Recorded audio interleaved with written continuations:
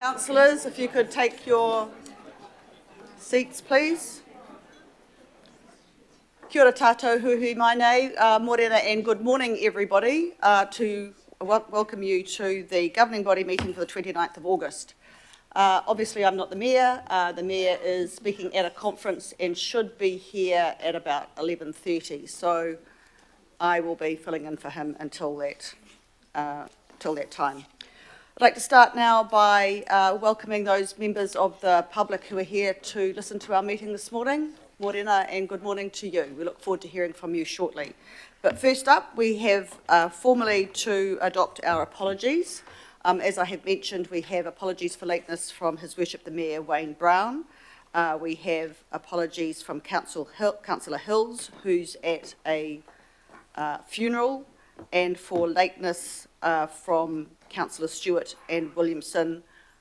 Early departure from you, Councillor Foley, is that correct? Right, any more apologies, Sandra? Sorry, I'm at early departure too. Okay, thank you, Councillor Dalton. If we could add you to that. All good. I'd like then to move the apologies. Do I have a seconder? Thank you, Councillor Sayers. All those in favour say aye. Aye. Against, carried. Thank you. We move on to declarations of interest. Any declarations of interest? Councillor Henderson. Yeah, item 7, so I'll just pop out for that one. Great, thank you. We'll note that. Madam Deputy Chair, I'm the same on the same item. Okay, thank you. Noted those. So I've noted those declarations. Do I have a seconder for that? No, I don't need that, do I? No. Okay, confirmation of minutes of the 29th of August. That's not right. The first, sorry. 1st of August. Read it, I knew it was wrong. It's a bit like a calculator. 1st of August 2024, both open and confidential. Do I have a seconder for those minutes, please? Thank you, Councillor Ferry. All those in favour say aye. Aye. Against, carried. Thank you. Which leads us to public input. And first, I would like to... Madam Chair, I wonder, and I don't want to interrupt proceedings, but it's the first governing body meeting that we've had since the passing of Wally Thomas. And I would like to record my gratitude at a personal level for his many years of service to the Auckland Council through the Auckland Transport years, but to just acknowledge the contribution that he has made and how sad it is that he has passed away at a time in his life where he was really looking forward to retirement. So, thank you. Thank you, Councillor Fletcher, and I think we all join with you in that acknowledgement and send our condolences to his family. Thank you.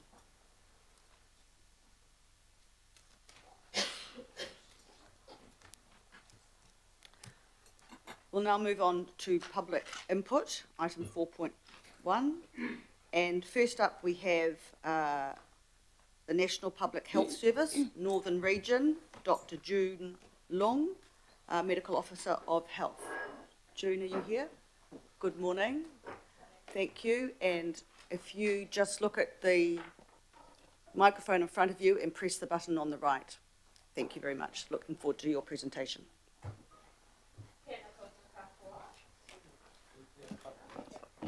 Tēnā koutou katoa, ko June Lang toku ingoa. My name is June Lang. I'm a public health physician and medical officer of health. I represent the National Public Health Service Northern Region, which is part of Health New Zealand, Te Whatu Ora.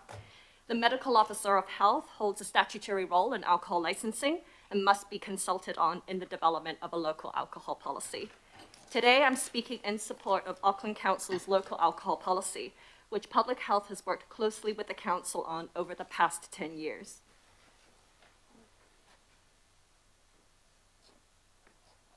Thank you.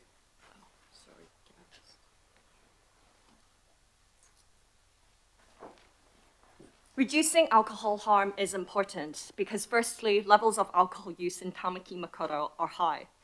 Here we've summarised data from the New Zealand Health Survey showing that among adults aged 15 years and above, almost 3 in 4 reported drinking in the past year.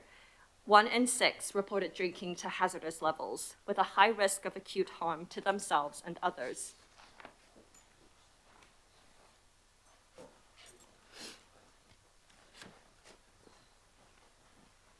Among those who drink, there were even higher proportions who reported heavy episodic drinking, that is, having at least 6 drinks on a single occasion. Almost 1 in 4 drinkers drank to hazardous levels. We also found that in the neighborhoods with the highest socioeconomic deprivation, that is, in quintile 5 on the graph on the left, there were fewer drinkers overall. But among those who drank, the same neighborhoods had higher rates of hazardous drinking, shown on the far right in purple. This illustrates the alcohol harm paradox, where areas with higher deprivation experience more alcohol harm, even though they do not drink more overall. So it's not individual drinkers to blame, but the fact that these neighborhoods tend to have more alcohol outlets, which cause more harm. Alcohol perpetuates the inequities that our communities already experience. Research shows in Aotearoa, there are more alcohol outlets in neighborhoods where more young Māori and Pacific peoples live. Another study that placed wearable cameras on children found that Māori and Pacific children had 14 times and 5 times the rates of exposure to alcohol marketing from retailers than New Zealand European children in their neighborhoods on their way to and from school. The burden of alcohol on health is substantial, causing more than 200 health conditions, including the most common cancers like breast and colorectal cancer. Alcohol is responsible for more than 900 deaths and 29,000 hospitalizations each year in Aotearoa, with Māori experiencing twice the mortality from alcohol compared to non-Māori. Recent research shows that, in fact, alcohol causes more harm to others than to drinkers in Aotearoa. For context, in 2018, there were estimated to be more than 60,000 New Zealanders living with fetal alcohol spectrum disorder, 10,000 road crashes due to someone else's drinking, and 6,000 hospitalizations from alcohol-related violence. This illustrates the huge burden alcohol has on our society. Alcohol also makes our communities feel unsafe. In a study commissioned by Health New Zealand Te Whatu Ora, people reported avoiding local spaces like parks, shops, and recreation areas, and having restrictions to children's activities because of alcohol. Alcohol affected the vitality of neighborhoods because of the litter, noise, public drinking, and antisocial behavior from drinkers. So what are the most effective ways to reduce alcohol harm? Based on extensive research evidence, the World Health Organization recommends a package of population policies with the acronym SAFER. Of note, the S here stands for strengthening restrictions on alcohol availability, such as by reducing the number of alcohol outlets and trading hours. This is what Auckland Council's local alcohol policy aims to achieve. To conclude, I'd like to acknowledge Auckland Council's efforts and persistence over the years and reiterate my support for the local alcohol policy. This is long overdue for our city. I urge the LAP to be implemented as soon as possible because limiting alcohol availability reduces alcohol harm. The LAP also represents the preference of most Aucklanders for stronger controls on alcohol availability. Finally, to monitor the effectiveness of the LAP, and to ensure that the LAP addresses how alcohol is currently sold and supplied, we look forward to supporting Council in its evaluation and review of the LAP. Ngā mihi nui ki a koutou. Thank you very much for your time today. Kia ora and thank you. Any questions for Dr. Long? Councillor Filipina. Morena, Doctor, and sorry, I was just trying to eat some healthy food. Doctor, your last recommendation, I'm interested in the review. Are you saying that there should be one review or a review, whether it be a year down, around the effectiveness or not of the LAP? Is that what you're suggesting? Yes, so the LAP has to be reviewed before the end of its 6-year period, and we support ongoing monitoring of the effectiveness of the LAP because there are changes in the way alcohol is sold and supplied, such as online sales, which are becoming more common. And it is important to monitor the effectiveness of the LAP in addressing these issues. Chair, just a supplementary to that, around the ongoing is interesting because, and please tell me your whakaaro, your response to this.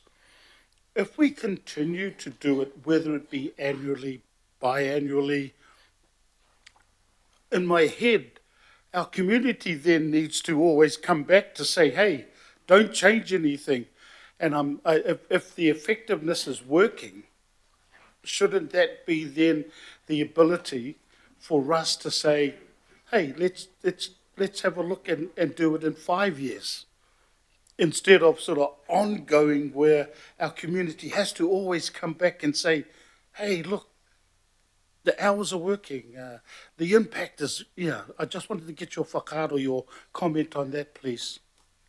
Absolutely. I think community preferences should be a huge part of the evaluation of the LAP. Research evidence and data that is collected regularly will help to support the evaluation of the LAP as well. Thank you. Councillor Turner. Thank you. I wasn't here for most of this sort of debate for the last year, so I'm on a quick learning curve. I just you made, in your comment, you talked about streetscape, litter, etc. and stuff, so it made me think of two entities of alcohol, that that's publicly purchased and consumed, and also that that's homegrown, like brewed. Do you you might be the wrong person to ask, but do you have any idea of, you're equating this problem to retail, can you, there must be a percentage gap there of which is and which isn't. I don't have an exact percentage of the amount of alcohol that is not taxed in Aotearoa. What I can say is that research commissioned by Health New Zealand shows that about 80% of the alcohol sold in Aotearoa is from off-licenses. So off-licenses do account for the majority of the alcohol sold. Then these include bottle stores and supermarkets. Thank you. Thank you, Councillor. Councillor Foley. Kia ora, thank you, Chair, and thank you, Doctor, for your presentation. I wonder if you could just go over again some of the stats you were talking about. The area I represent is Manukau, alongside Councillor Filipaina, which is one of the areas of highest deprivation in Tamaki Makaurau. And over the years, we've heard time and time again from our community about the proliferation of liquor stores and a huge concern around that. Are you able to give us some advice around the connection between the high proliferation, the high number of liquor stores in areas like mine, like Manukau, like South Auckland, and how that relates to alcohol-related harm, and any stats or evidence you've got on that? Kia ora. Kia ora. I think that is a very important question. There is research evidence in Aotearoa showing that there is higher availability, so higher density of alcohol outlets in neighbourhoods with more young Māori and Pacific people. And as a result, Māori and Pacific children are much more exposed to alcohol marketing from these retailers than New Zealand European children. And these inequities need to be addressed, and I believe will be addressed to a large degree in the current LAP. Thank you. Thanks, Chair. Kia ora, thank you. Any further questions? Councillor Bartley. Thank you, Madam Chair. I was out with some liquor stores last night, and one of them said to me, oh, it's too late for this local alcohol policy because we already got too many liquor stores anyway. So what are your thoughts on what else, what could we do? Because clearly we've got too many liquor stores. We put this policy in, already you see the inequities. What should council be doing? Thank you for that question. So the World Health Organization recommends comprehensive policies to address alcohol-related harm. Reducing alcohol availability is one means of doing so, and will be very important on the local level for Tamaki Makaurau. There are also other means, as shown in the slide, such as by reducing marketing of alcohol, and that includes all forms of marketing, including advertising, sponsorship, and promotion, and also raising prices on alcohol. These measures are supported by extensive research evidence, and I think if we are able to implement these policy interventions, that will really make a difference in addressing alcohol harm. But the LAP is necessary as at least the first step, right? Yes, absolutely Right, that necessary. correction. Okay, thank you. Thank you, Councillor. Very good question. No further questions? Well, Dr. Long, I just want to say thank you very much for your presentation and for coming into the Town Hall this morning. And on behalf of us all, also thank you for the work that you do within your day job. It's much appreciated. So thank you very much. Thank you. Right, I'd like to move a vote of thanks for Dr. Long. Do I have a seconder? Councillor Foley. Thank you. All those in favour say aye. Aye. Against? Carried. Thank you. Our next public input comes from the Alcohol Health Watch Whakatupato Waipiro team. This is Jennifer Lamb, the Acting Executive Director. Welcome to the table, Jennifer. I hope you've heard what I've said. You just press the little right button on the right and your light will... That's it. Kia ora, morena, ko Jennifer Lamb tōku ingoa. Madam Chair, councillors, Alcohol Health Watch urges you to vote to bring the local alcohol policy into force. It has taken nearly 10 years to get to this stage, so many years, so much litigation, appeals every step of the way to highest court. We know the huge amount of work and effort and tenacity and determination that it has taken to get the alcohol policy through to this final stage. It started just before 2012, if we can remember back that far, when the Act was passed. It has involved councillors, local board members, the legal team, the enormous effort by staff, and the involvement of other interested parties, the Medical Officer of Health, June, and her predecessors, the New Zealand Police, Otara Gambling and Alcohol Action, and Alcohol Health Watch. We were all interested parties right to this stage.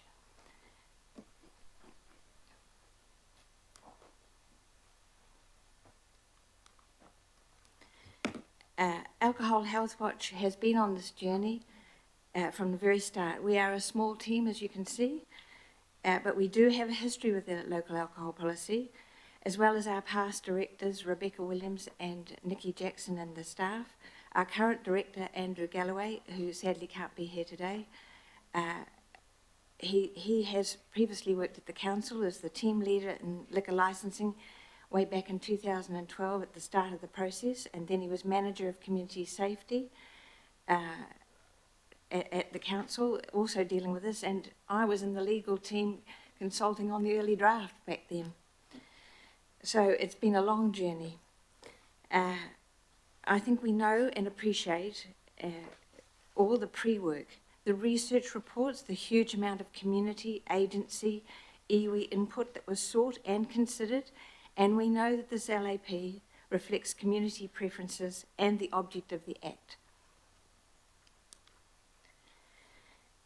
You probably need no reminder, and to emphasise what June has just spoken about, alcohol is no ordinary commodity. It is the most available psychoactive substance in our society and remains New Zealand's most harmful drug, not just because of the harm to the user, but also because of the harm it causes to others. The cost of harm is significant. The most recent social and economic cost estimate is a staggering 9.1 billion a year, and much of this falls on whānau and communities. And the social environment plays a massive role in the harm from alcohol, and this is precisely what a local alcohol policy can assist in changing for the better. So why are local alcohol policies so important? They are the key. Back in 2010, the Law Commission delivered its report, and it noted the evidence and recognised the evidence and made a number of recommendations. One of them was that local alcohol policies would be a requirement for local government, not just an option. Auckland Council heeded that call. It responded, and you started the legal process of implementing the proposed plan in 2005, but there's been years of work to get to this point. Auckland Council's local alcohol policy is a good policy. It contains some of the most evidence-based measures, and these are balanced measures with high community support. So in 2023, last year, the Community Participation Act was passed, and your work helped pave the way for this legislative reform to ensure that councils across New Zealand can affect local alcohol policies without such a lengthy legal battle. We actually coordinate across council. We're a national organisation that coordinates across council local alcohol policy network across New Zealand, and those councils outside of here are looking to this precedent. Your local alcohol policy is a precedent for the country.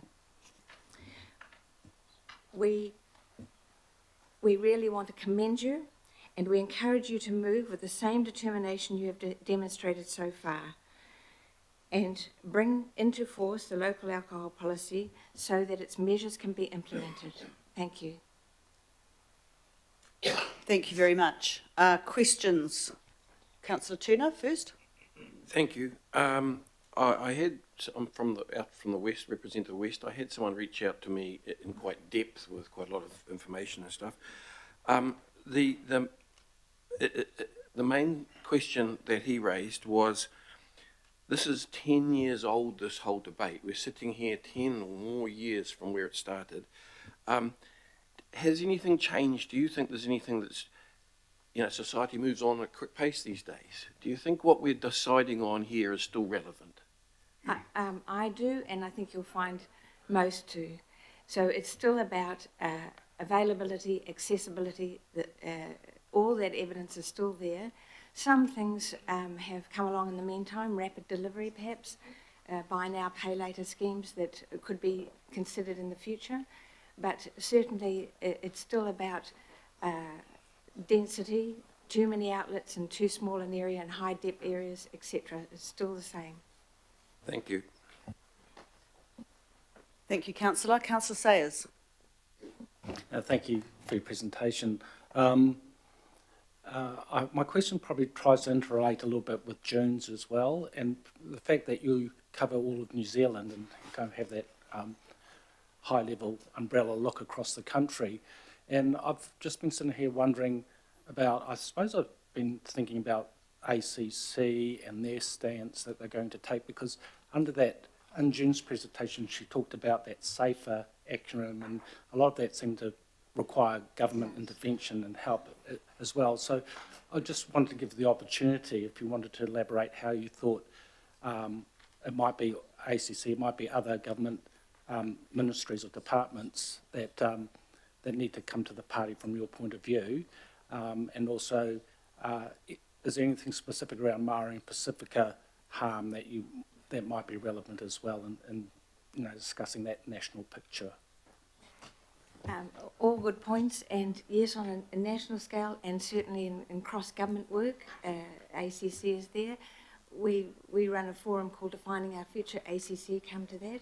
Sometimes collecting data, we can get police data, health data isn't as easy, but we certainly have the statistics and in reports that have come out recently, alcohol is the most harmful drug, and all the data about Maori Pacifica is there, and yes, available. Thank you very much. Thank you, Councillor. Next question, Councillor Ferry. Kia ora, thank you. And I just want to acknowledge the work that I know that Alcohol Health Watch has been doing with local boards and local groups around assisting with the individual licence processes and giving local information. So thank you for that. My question is around the role of the priority overlays in reducing alcohol harm, and I wondered if you could just expand on that, please. Well, I think that goes to a lot of the work the council did in particular, and as I said, that's been tested all the way to the Supreme Court, and yes, made it clear that you can follow the precautionary approach, but these places in the Auckland region have been clearly identified as areas that need that overlay. Just a follow-up, thank you, Madam Chair. So are there areas that did not get priority overlays that communities wanted to get priority overlays? Like they didn't all just, go straight through. There was quite a robust process, is that correct? That may be true, and the council staff could probably speak to that as well. But I think the fact that the Act calls for local alcohol policies to be regularly reviewed is a plus. Admittedly, they don't lapse like a bylaw after 6 years, but it gives that time, and populations change, situations change, suburbs change. Thank you. Thank you, Councillor. Councillor Bartley, next question. Thank you, Madam Chair. I was going to say, I don't think anybody anticipated that we would be stuck in court for 10 years. Would Alcohol Health Watch want to see us set a date retrospectively to 10 years ago when this policy should have been in place? I don't know if you can do that. That's right. We're looking to the future, and this is a great milestone today. Okay. And one more question, please. I was on Radio New Zealand with someone from the beverage industry, and she was saying that drinking is down. I don't know what world she lives in where drinking is down, but is that what you guys are seeing? Because that's not what the police are seeing or what the emergency departments and hospitals are seeing. It isn't. And hazardous drinking, look at the hazardous drinking and who's drinking and how accessible alcohol has become. You can get it delivered in 2 hours, whatever. So you really need to have the bigger picture. Thank you, Councillor. Any further? Councillor Chenna? So delivering of alcohol, would that be controlled by the same timelines? Well, admittedly, that's it's a complicated one with alcohol delivery. Off licences can't sell alcohol after 11 p.m. no matter what under the Act. Thank you. Any further questions? Well, look, I'd like to thank you very much, Jennifer, for the work that you do in your organisation, small, but yet you do a very fine job. So thank you very much for coming in today. Do I have a seconder of thanks? Thank you, Councillor Fletcher. All those in favour say aye. Aye. Against? Carried. Thank you. Our third public input today is a joint presentation from Community Against Alcohol Harm, the Otara Gambling and Alcohol Action Group, and our Māori wardens. So I'd welcome to the table Grant, Nathan, Mediana, and their teams. Thank you.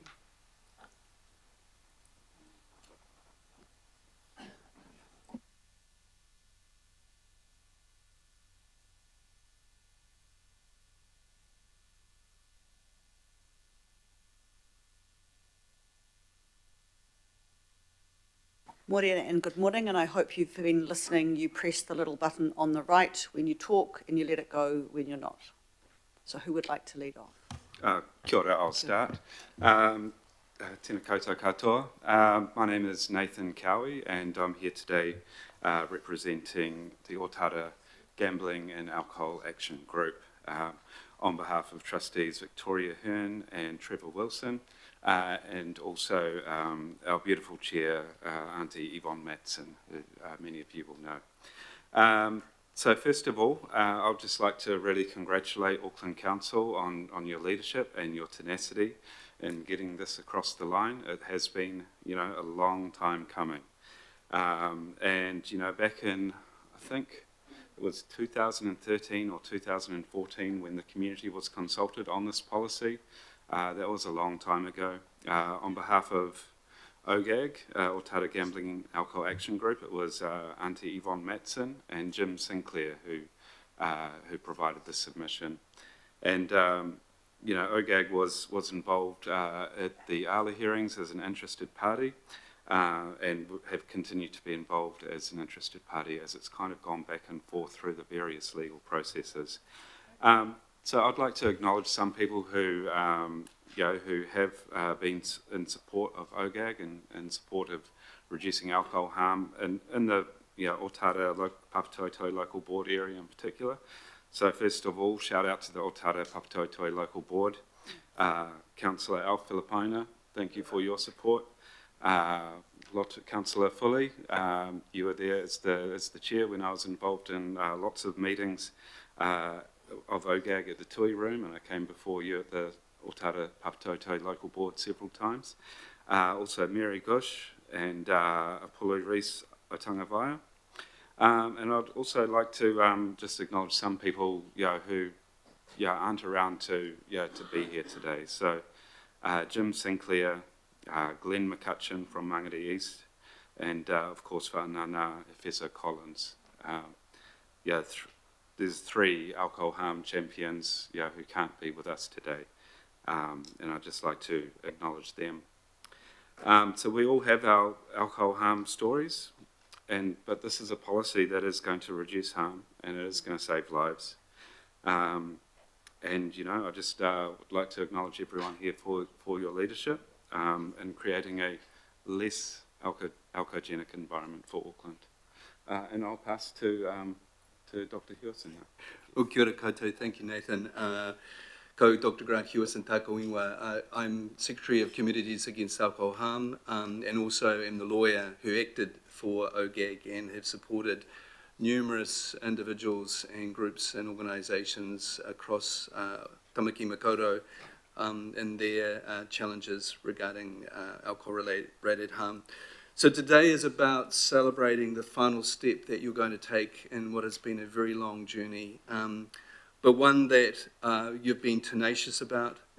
It's really difficult for councils when they're challenged by big corporates to stand up for their communities, but you did, and you have been successful, and your decisions have been upheld by the Supreme Court. So this LAP went through 4 weeks of intense hearings. It went through huge amounts of community consultation before that. It is probably the document that you have that has been through the most robust process in terms of testing that evidence and testing the legal decision making. So you can have no doubt that this document has that endorsement, and the time today is to simply put that into effect for your communities. This policy will save lives. I have absolutely no doubt, and particularly that key measure of shifting back from 11 p.m. closing to 9 p.m. closing for off licences. You will save lives in making your decision today, and you'll save lives in the most vulnerable of communities across Tamaki Makaurau. I want to shout out as well to a number of the local boards that we've worked with: Mangere Tahu local board, Mangakiki Tamaki, Puki Tapapa, the Manurewa local board and Waitemata local board. You've all been champions of and supported this process. And a shout out to a number of you who have come through that to being in this room today with us. And I want to acknowledge the work of past councillors. There were key decisions through this process where the council made those decisions to keep going. So stay the course. This is the final little hurdle to put this into place. This policy will be one of the most important policies you will pass in terms of saving lives, supporting communities, reducing harm in your communities. So kia ora koutou. Tēnā koutou, ko Miriana Peka tōku ingoa, ngā pahi, Waikato and Hauraki. Ngā mihi ki te tēpu, acknowledge council. Ngā mihi ki te whānau, who are here in support of this kaupapa, and to all those who have a passion for our community. Thank you very much. Māori customary rights are formed by whakapapa genealogy, tikanga, which are our customs, and mātauranga, our traditional knowledge. It is our right as Māori wardens and responsibilities to exercise kaitiakitanga, the guardianship, manaakitanga, care and protection and aroha ki te tangata, love for our people. It doesn't say that it's Māori only. It is our communities, our different cultures, young and old. We are not hoha. We're being told we are vexatious, that we are nuisance when we make objections. We are made to feel unimportant, but our whānau are vulnerable. They suffer the detrimental effects of alcohol, and our whakapapa slowly dies away. Today we attend this hui to acknowledge a historic movement forward for our people, our diverse cultures, and our communities. This is the turning of the tide. I would like to say congratulations to Auckland Council, for they have made changes to alcohol harm. I look forward to a better future for all of us together. And we would like to say to Council that as Māori wardens, we are here to work alongside of each and every one of you to make a difference for our people, for our country, and for those who come to visit us. Nō reira, Māori tū, Māori ora, ki te kaunihera Māori o Tāmaki Makaurau.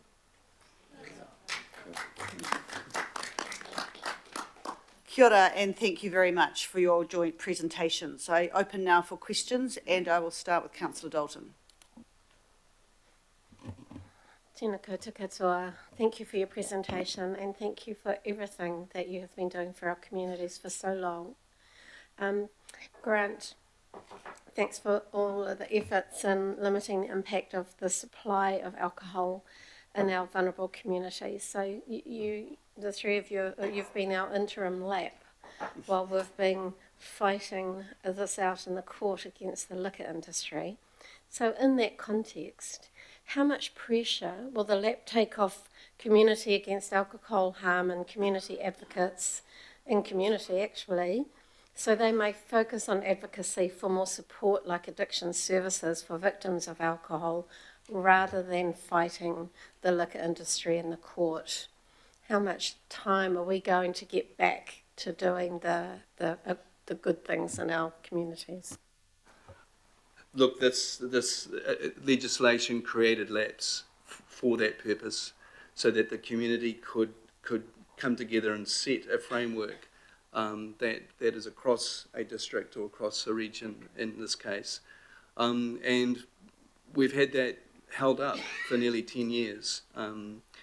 So once you make this decision today, it will mean that, particularly with those off-licence sales, with the restrictions on where new bottle stores can go, it will certainly be a big positive step in taking some of that pressure off communities who've had to fight this liquor store by liquor store or licence by licence over the last 10 years. So hopefully that'll happen, and my sincere thanks for you and the council making that decision. It'll take that pressure off, and it'll create, I think, significant amounts of reduction of alcohol-related harm in the most vulnerable communities. Thank you, Councillor Dalton. Thank you all. Kia ora, thank you. Next question, Councillor Foley. Kia ora, thank you, Chair. Thank you, Grant. Thank you, Mere. Thank you to the whole team at OGAG for all of the work that you've done over the years. My question is, I know that you've come time and time again before council and throughout the legislative process and throughout the appeals process as well to present and make submissions. Over that 10-year period, what changes have you seen, or what kind of difference have you seen in terms of alcohol harm and the proliferation of liquor stores while we've been waiting for this local alcohol policy to be able to be put into force today? What I'm trying to get at is we are hearing from other corners that things have gotten better or that things aren't as bad as they seem, and therefore we don't need a local alcohol policy today as compared to 10 years ago. Can you speak to that difference? What's happened in that 10-year period from your point of view for Otara, but also for other areas? Kia ora. Kia ora, Councillor Foley. Well, for starts, we do still need a local alcohol policy. But in response to your broader question, I think, communities have got stronger over the last 10 years or so, while this has been going through, all of the courts. We've got stronger, we've created case law, we've advocated for other protections around alcohol advertising in our communities. We've had amendments to the Sale and Supply of Alcohol Act so that communities won't get denied their standing when they're opposing a licence in their neighbourhood. So we've been struck out and we've struck back and we've got ourselves back in. So community has been getting stronger because the community's been fighting all this time to protect our communities. And we'll keep fighting and keep growing. And this, we do still need this local alcohol policy. Kia ora, thank you. Next question is Councillor Turner. Thank you. Just leading on from that, the policies that you have managed to get in place in the interim, in your answer to Councillor Foley, do you think they're being effectively implemented? Are they being policed properly? In terms of the Sale and Supply of Alcohol Act Community Participation Bill, that's kind of being rolled out as we speak. So there's different interpretations as to, when does a proceeding start? And so, is it going through under the new system or the old system? So, for instance, some licence hearings still have cross-examinations and some don't. So that's being bedded in, and I think overall the results are good. In terms of alcohol advertising, particularly for at off-licence liquor stores, I think we're seeing some progress being made. Particularly in the last couple of years, there's been a district licensing committee has put out a practice note. The council has developed a new signs bylaw. There's still a bit of regulatory incoherence there that needs to be dealt with in terms of that practice note and that science bylaw not really matching up. But overall we have seen some reductions in the amount of signage at those bottle stores, and we're also seeing a bit more action from the council in terms of their responsiveness to enforcing in that area. Kia ora, thank you. Any further questions? Councillor Bartley. Thank you, Madam Chair, and also thank you for all your advocacy and all your support to our communities to object to liquor licences. Since 2018, there's been 9,490 liquor applications. Of that, 25 have been refused, only 25. So that means our communities are still going to have to keep fighting and objecting. Do you think this local alcohol policy is going to help our communities in fighting objections? Absolutely. The local alcohol policy will make a significant difference in terms of creating the right framework within which the community can still oppose liquor stores if they want to set up. So those numbers. The main thing that has occurred in terms of community involvement is we have had no brand new liquor store licences largely, particularly in South Auckland. We have seen a little rash of new licences come through in the last couple of months, perhaps in anticipation that this LAP will take effect. So if you're looking for a kind of signal of what you should be doing, absolutely putting this in place now to create those restrictions is important, or we'll see that probably increase. So the LAP is really important. It's a milestone. It's a really strong signal from this council that they're serious about alcohol-related harm in the most vulnerable, but in the communities generally. And it's really important that it be put in place and create that framework. there'll be ongoing challenges, no doubt, going forward in the future, but for communities, you're going to be sending a very strong signal today that you support their concerns and their issues they've had for many years about alcohol-related harm, particularly in that really risky, hazardous drinking period late at night where people nip into a bottle store, buy alcohol, and then go off and drink it, sometimes in public places, sometimes in private places. But it's really, that's where it's going to make a big, big difference. So thank you so much for your question. Kia ora, thank you. Councillor Turner? Thank you, Madam Chair. I'm cramming here trying to catch up with this subject. You just mentioned about a rush of people trying to get in before the legislation. Do people who get in before this legislation not have to apply to the time, to the closing times? Yeah, so what we've seen over the last 3 or 4 months is an application for a new off-licence out in Henderson, in the Trust area. So the Trusts have applied for a new bottle store. We've seen an application in Milldale, up near Silverdale. We've seen an application in Rosedale. There was an application made in Menurewa, but that was relating to a store that had been there and it wanted to come back. So we have seen a little bit of a rush of, and some here in the CBD as well. So I think we've seen a little bit of applications come through in anticipation that you'll make this decision today and essentially put in place policies that makes that far more difficult. The community has responded to those, so we've got a number of objections that have come through the community to those stores, and they'll have to go through the district licensing committee process. But by making this decision today, I think that kind of pattern will slow down or stop. But my question was, are the people who have already made an application, they're still going to be bound by closing times once this is passed, correct? Yes, so so the way this works is every off-licence and on-licence, but every off-licence, including supermarkets, grocery stores, will have their hours, whatever they are. Some have 10 p.m, some already have 9 p.m, some have the default 11. They'll all come back to 9, and that'll create essentially a standard right across the whole region. Thank you. Miriana, I've got a question for you. So thank you for the work that you do as one of a number of our Māori wardens. How much, or what, I'm not going to hold you to the detail, specifically, but in round terms, how much of the concern do you see in patrolling for, what I'm trying to say here, how much has alcohol harm got to do with the trouble that you see when you are patrolling throughout Tāmaki? Thank you for your question.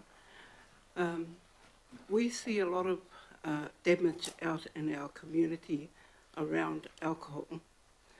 We have families who beg in our town centres for money so that they can go to the local bottle stores.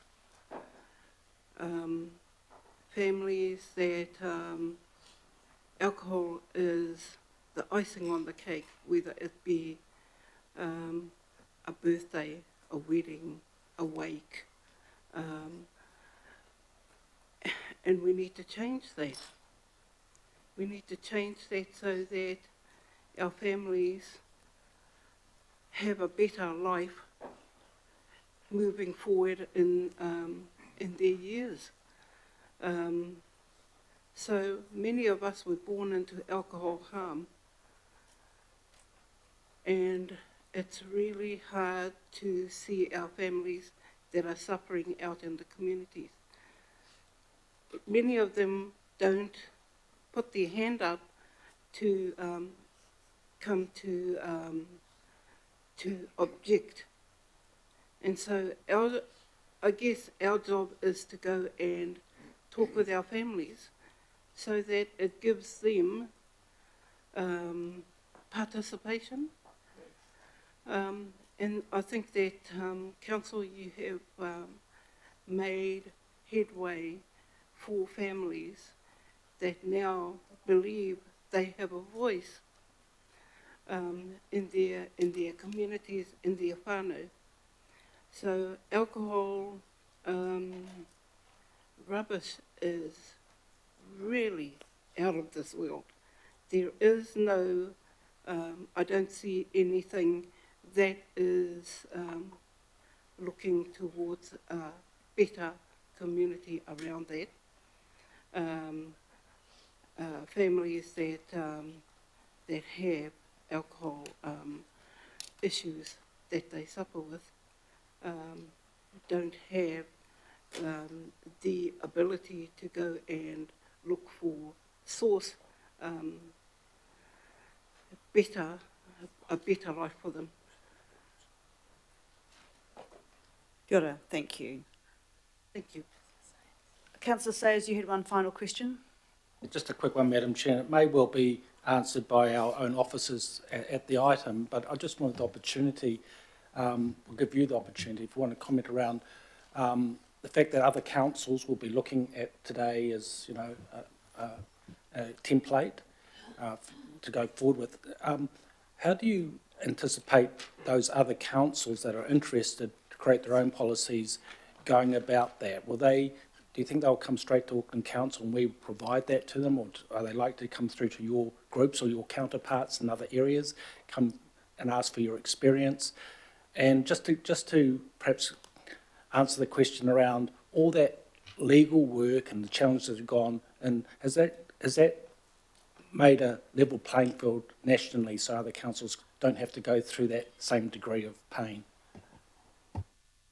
I'd say you as a council have shown significant leadership in this space by being challenged by, you know, the alcohol industry and taking that challenge to the Supreme Court. You've created precedent in the Supreme Court that essentially says councils can put in place these policies with far more safety than they did before. With a robust understanding of what's required, with the ability to take the precautionary approach, so you don't have to have all the evidence, but if you see harm, then you can take actions to address that harm. Certainly, Christchurch City Council, Otataki, is looking to your leadership, and they're looking to put in place an LAP that just has a reduction of licence hours from 11 to 9, because that is very, very robust in terms of the Supreme Court decision.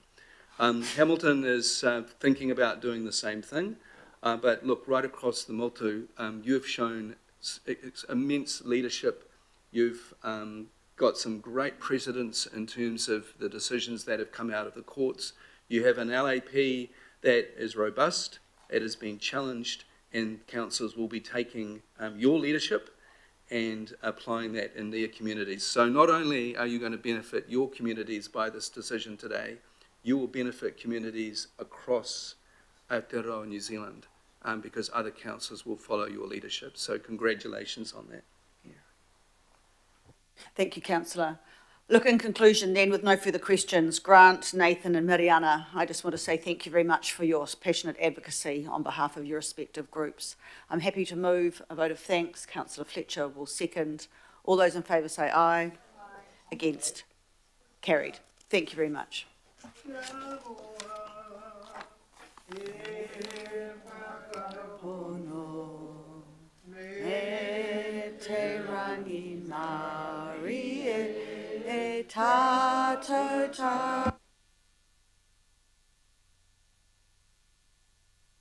Kia ora.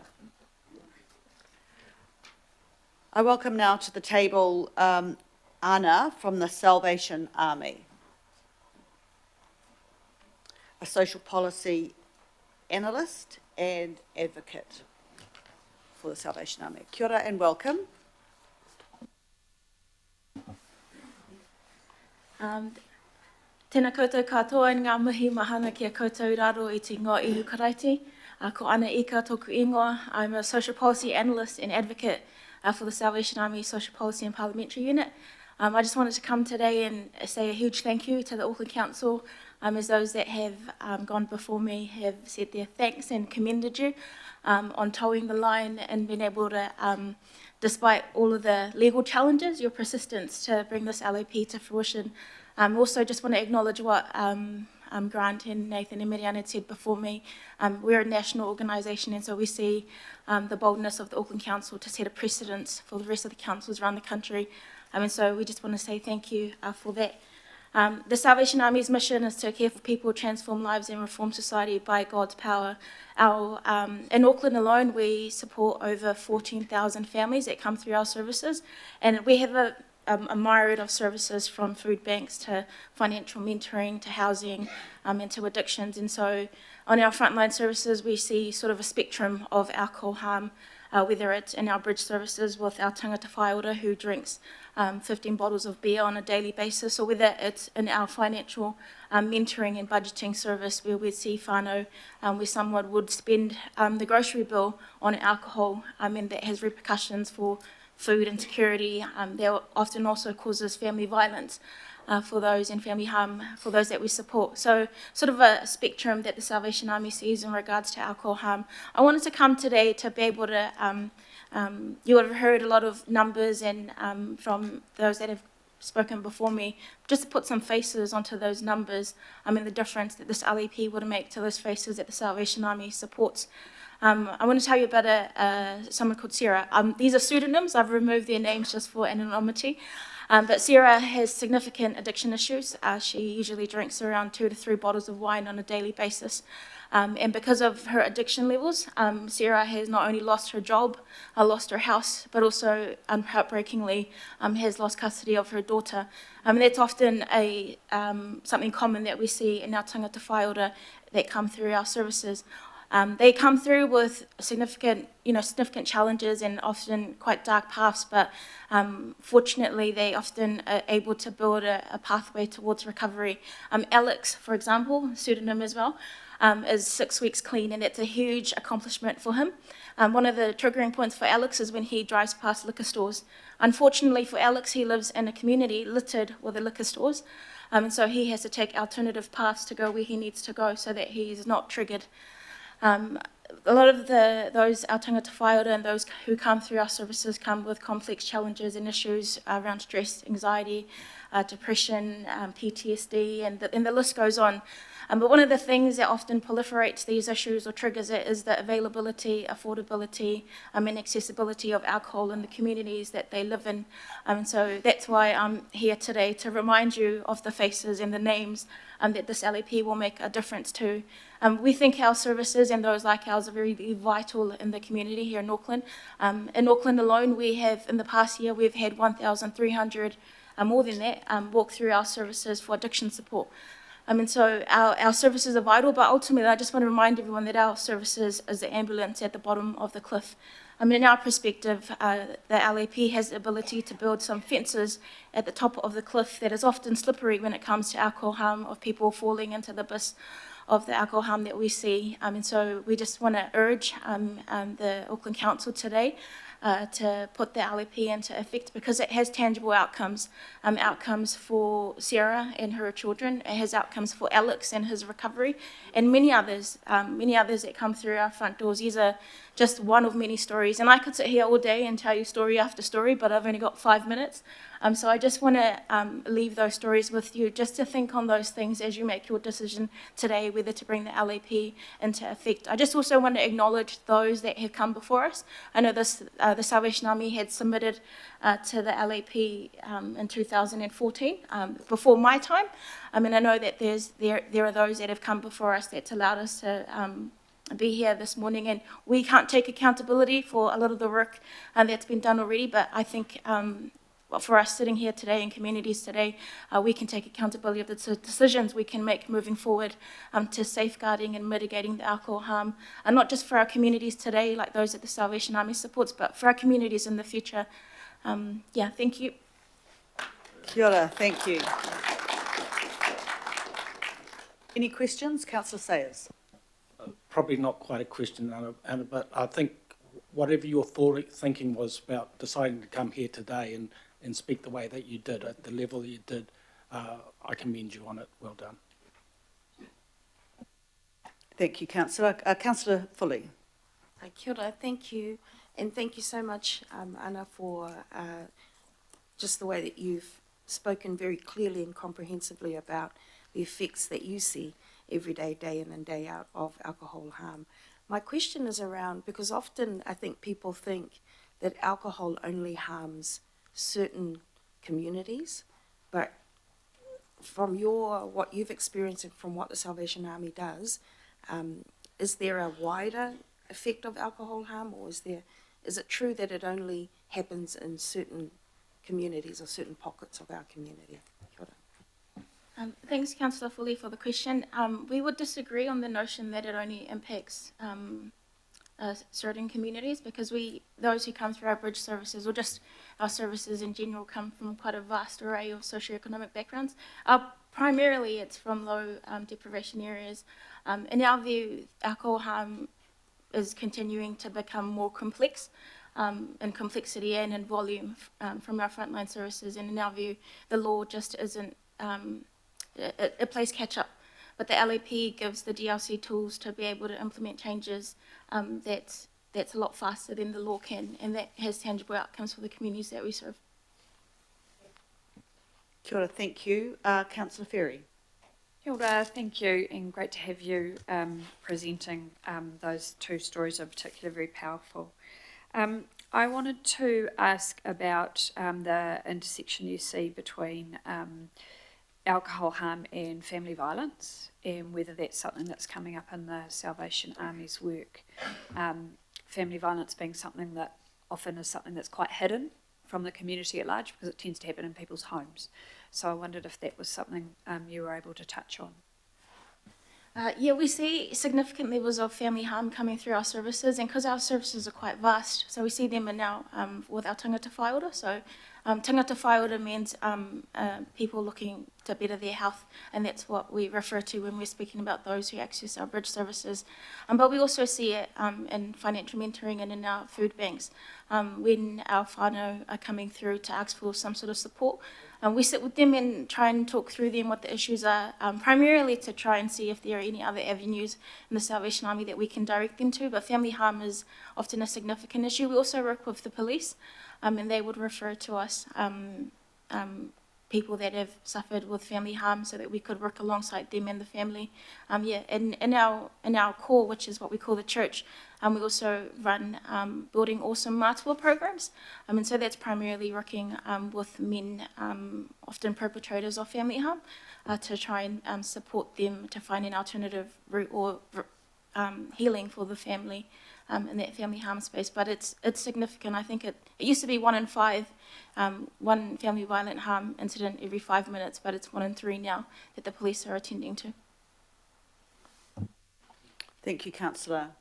With no further questions, I would like to move a vote of thanks for you for coming in today. I think your story around Sarah and Alex really gave us quite a definitive example of the harm from alcohol, so I thank you for making that quite tangible for us. Is there someone who would like to second Councillor Sayers' a vote of thanks? All those in favour say aye. Against? Carried.